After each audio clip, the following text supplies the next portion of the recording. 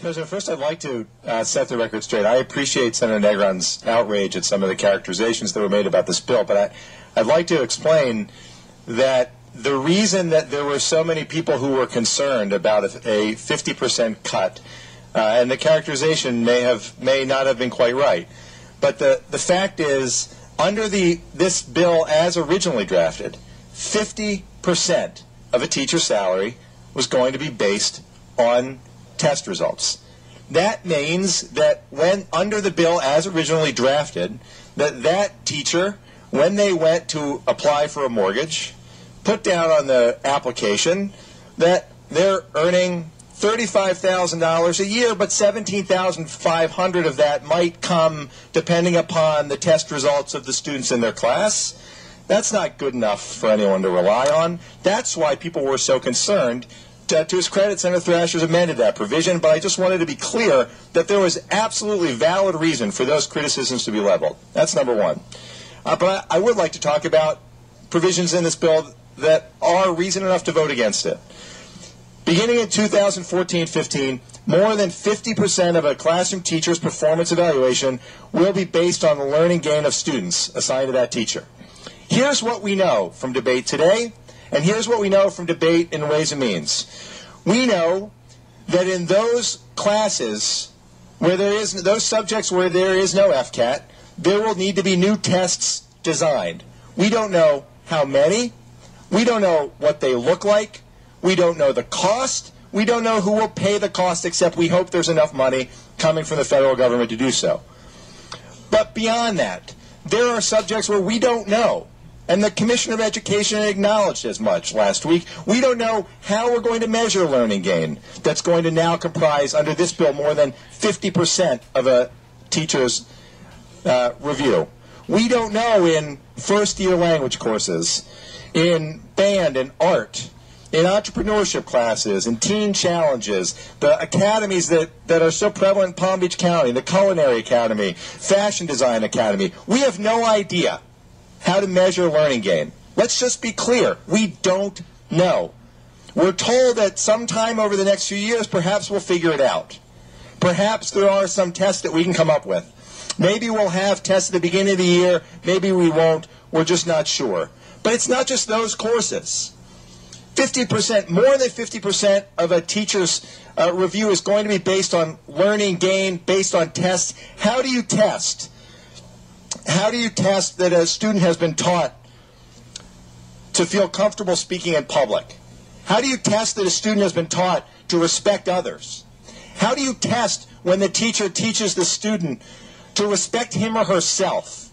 What test are we going to administer that's going to provide an analysis of that? How are we going to determine that learning gain in that child? You know, there are bad teachers. This legislation seems to be legislation by anecdote. We've heard time and time again, I know of a teacher who sleeps through class. I know of a teacher who mails it in every week. There are bad teachers, and you know who knows that there are bad teachers and wants those teachers to be out? The 98, 99% of teachers in this state who work hard every day and want their good name and their job honored. They don't want those teachers in the schools. But this is not the way to do it. Let's be clear about one thing. Testing is not teaching. And when we base this legislation on a whole series, a whole battery of new tests that don't now exist, we don't know how they'll exist, we don't know what subjects they'll need to be in, or even who's going to create them, we are taking a step that won't just demonize all teachers, but it fails to respect the job that the overwhelming majority of teachers in this state do.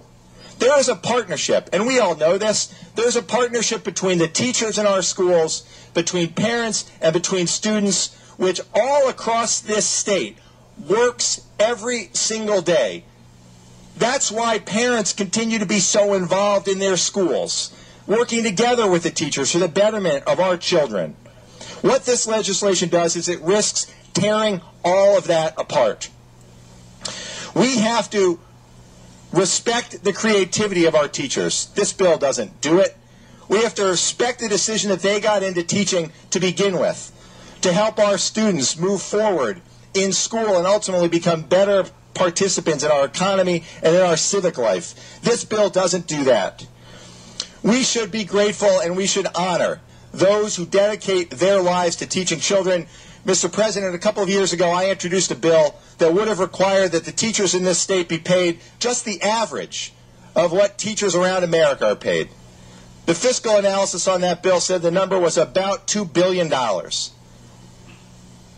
We don't pay teachers in this state a salary commensurate with the contribution that they make to society. This bill goes backward. It fails to offer the respect that's needed. It fails to do the job to weed out those teachers who shouldn't be there. Members of this body, I agree with Senator Gelber. This legislation does not do what needs to be done on behalf of our students, on behalf of our families. I would ask everyone think long and hard before moving forward on this. It requires us to do a whole series of things that the Commissioner of Education acknowledged we're not now prepared to do. It's not a responsible step, it's not a respectful step, and it doesn't move this educational system in our state forward on behalf of our students and our families, and I urge you to vote no. Thank you, Mr. President. Further debate. Senator Bennett.